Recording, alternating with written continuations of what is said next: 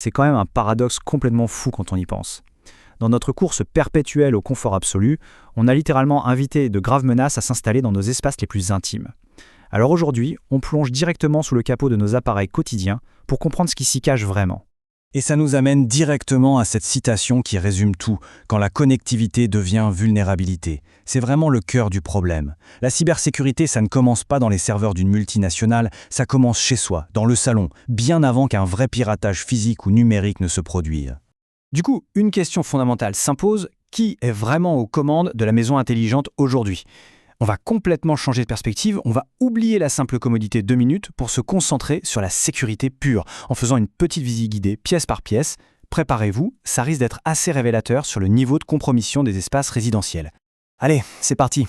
Voici notre plan de match. On va aborder l'illusion de la sécurité, le danger dans l'allée, l'espion dans le salon, le sabotage en cuisine, l'œil dans l'intimité et, pour finir, le protocole de bouclier. Première étape de notre visite, l'illusion de la sécurité. Voyons comment cette envie d'avoir une vie toujours plus connectée a totalement bouleversé la sûreté domestique. Pour comprendre, il faut regarder l'ère de l'Internet des objets. Le vrai souci, c'est qu'on a massivement privilégié des coûts de production minuscules au détriment de vraies défenses informatiques. C'est exactement là que réside cette fameuse illusion. Nos objets du quotidien tournent avec des puces ultra bon marché et des logiciels basiques de chez Basique. Le résultat, les réseaux Wi-Fi de la maison se retrouvent remplis de mini-ordinateurs qui n'ont absolument aucune défense solide face aux intrusions. Ce qui nous amène à notre deuxième point, le danger dans l'allée. Et oui, pas besoin de rentrer dans la maison pour que l'escalade des menaces commence. Souvent, ça débute directement sur la place de stationnement. Parce que la voiture purement mécanique, c'est de l'histoire ancienne. Aujourd'hui, on conduit ce qu'on appelle des véhicules définis par logiciel. En fait, c'est bourré de dizaines de micro-ordinateurs connectés à Internet. On a littéralement transformé des engins 2 tonnes en de simples adresses IP. Des cibles qu'on peut atteindre à distance, bien souvent à cause d'applications de smartphones compromises comme MyToyota ou Mercedes-Me. C'est exactement ça qui rend la fameuse attaque par relais si redoutable pour le vol de véhicules. Le principe est d'une simplicité glaçante. La clé sans contact qu'on garde en poche émet un signal en permanence. Un pirate se met juste à côté avec un amplificateur, il capte le signal et hop, la voiture s'ouvre sans la moindre effraction. Et ça va plus loin.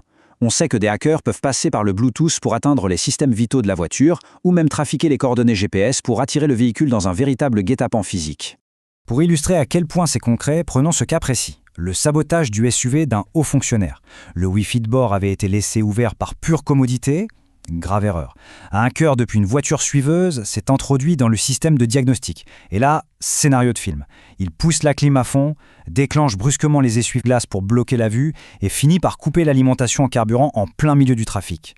C'est la preuve absolue qu'une menace informatique peut se transformer en une seconde en un danger de mort physique.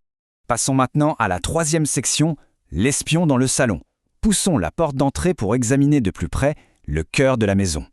Ici, le concept clé, c'est l'écoute passive. Ces fameuses enceintes intelligentes gardent leur micro allumé en continu pour analyser les sons de la pièce, soi-disant juste pour repérer un mot-clé. Mais le vrai danger, sur le plan technique, c'est le faux réveil. L'appareil se déclenche par erreur et enregistre des moments hyper privés. Ça peut être des détails financiers ou une dispute familiale. Et ces fragments biométriques sont ensuite stockés définitivement sur des serveurs distants dans le cloud qui sont intrinsèquement vulnérables. L'histoire de ce directeur d'études illustre parfaitement ce risque. Son enceinte haut de gamme, qui n'avait pas été mise à jour, a été infiltrée via un réseau Wi-Fi mal protégé. Un concurrent a pu enregistrer une réunion stratégique ultra confidentielle avec une qualité audio impeccable. Et accrochez-vous, les pirates maîtrisent aussi des attaques par ultrasons, totalement inaudibles, cachées dans de simples vidéos YouTube pour forcer des déverrouillages de portes. Ils peuvent même utiliser des fonctions d'appel direct pour écouter tout ce qui se passe à 10 000 km de distance. Quatrième étape, le sabotage en cuisine. Et croyez-le ou non, c'est là que l'électroménager cache de graves dangers physiques. Le grand coupable, très souvent, c'est le réfrigérateur intelligent. Puisqu'il n'est jamais éteint, il sert de base arrière parfaite pour scanner le réseau en silence et attaquer des ordinateurs de travail. Quand on compare le petit confort prévu face aux failles de sécurité, le constat est alarmant. Prenez un climatiseur connecté. C'est super de gérer la température à distance, non ? Mais si 10 000 de ces appareils sont piratés en même temps pour former un botnet, on peut les allumer d'un seul coup. C'est suffisant pour faire sauter le réseau électrique local dans des villes comme Kinshasa ou Paris, voire saboter la réfrigération de vaccins vitaux. De la même manière, les fours connectés peuvent être complètement retournés contre la sécurité de la maison. Regardez cette affaire incroyable de l'incendie numérique. Un véritable pyromane invisible a pris le contrôle d'une plaque à induction familiale. Comment ? D'une facilité déconcertante. Un mot de passe d'usine comme 40 ou admin.